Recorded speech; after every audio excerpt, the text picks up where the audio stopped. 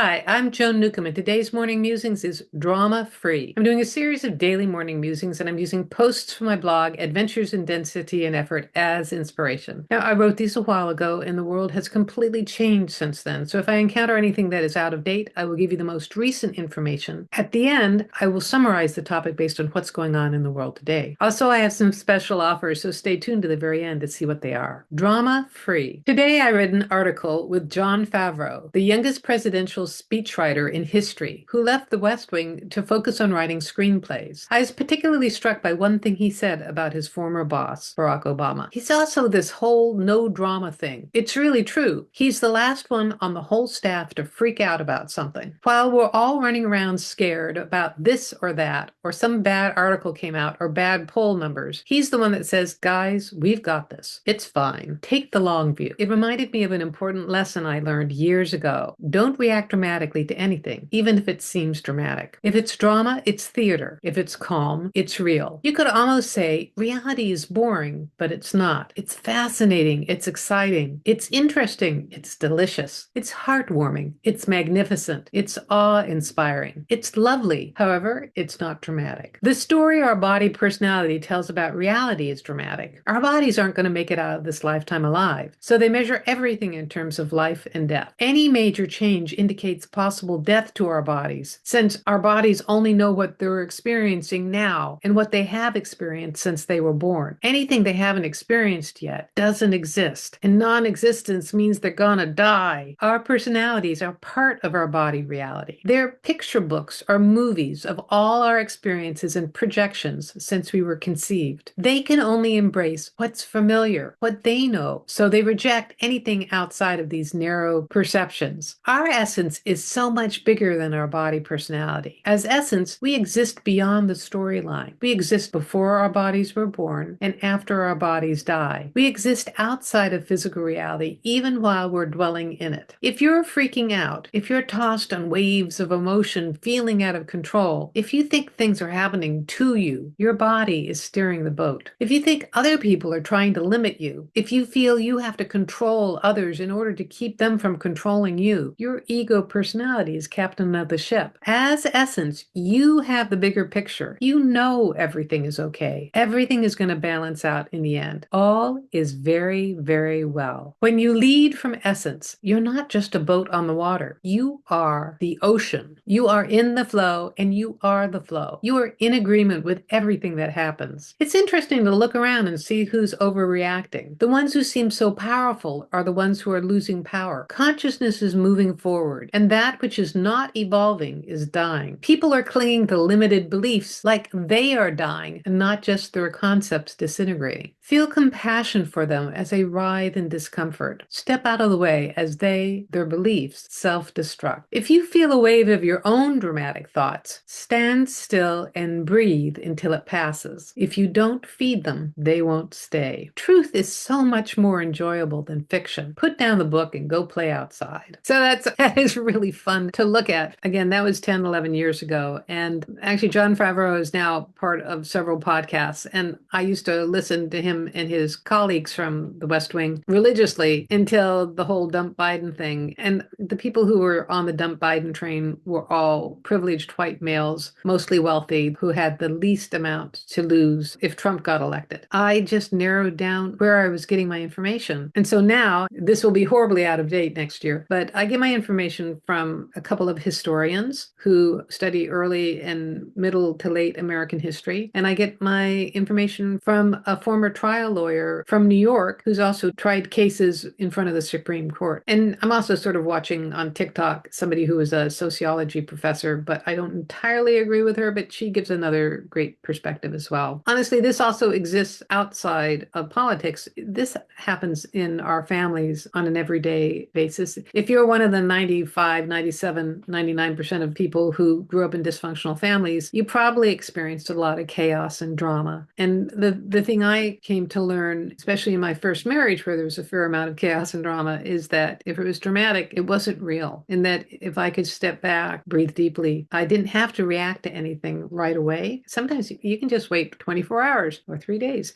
to respond to something. The dust settles and you can see reality clearly. The drama is just hysterical physical bodies fearful of dying. And I actually notice I work a lot with families of alcoholics, and the energy of alcoholism and addiction is sort of a tarry black one. Actually, different substances have different vibrations, but people who have that affliction are very susceptible to the collective darkness in the world. They're the ones having the most dramatic reactions. And as I was reading this article to you guys, I was thinking of a family member who has this, and who they are as essence is someone who's meant to create a safe place, really be the stabilizer, but things were so unstable in his childhood. The pain was so great. It's pretty much a mess right now. But I had this revelation as I was reading this blog post that, oh yeah, all of the things that were so solid in the past are disintegrating. And people who are our family stabilizers were the ones that were holding the greater family pattern, much of which was dysfunctional.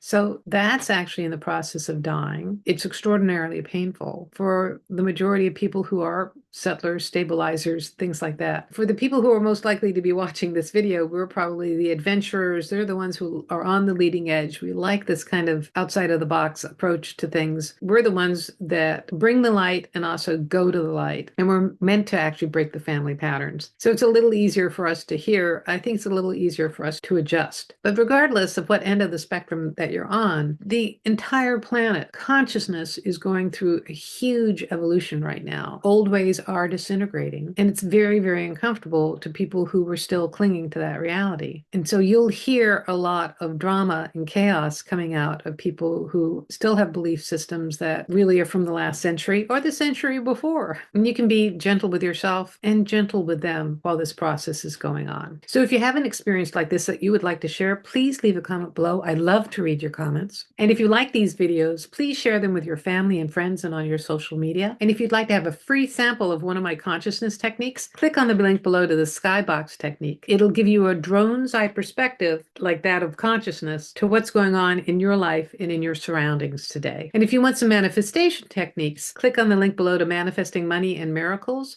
It's my self-study course where you learn energy techniques to completely transform your external reality. And if you'd like a personal session with me, click on the link below to private sessions. I do half-hour and hour-long sessions. I take a look at the essence of who you are and what's going on in your life today, and then I can answer any questions that you might have, whether it's about your relationships, about money, about what's coming up in your future. And I can also talk to your deceased loved ones, and it's all recorded just for you. And if you want to learn how to do this for yourself, that is, navigate your life as consciousness with the help of some of my consciousness techniques, Manifesting Money and Miracles is a great preparation for my coaching special that you can find out more about at my website, joan-newcomb.com. I work with you one-on-one and give you specifically chosen consciousness techniques so that you can transform your life. So go to my website, joan-newcomb.com, and I'll see you tomorrow in another Morning Musings.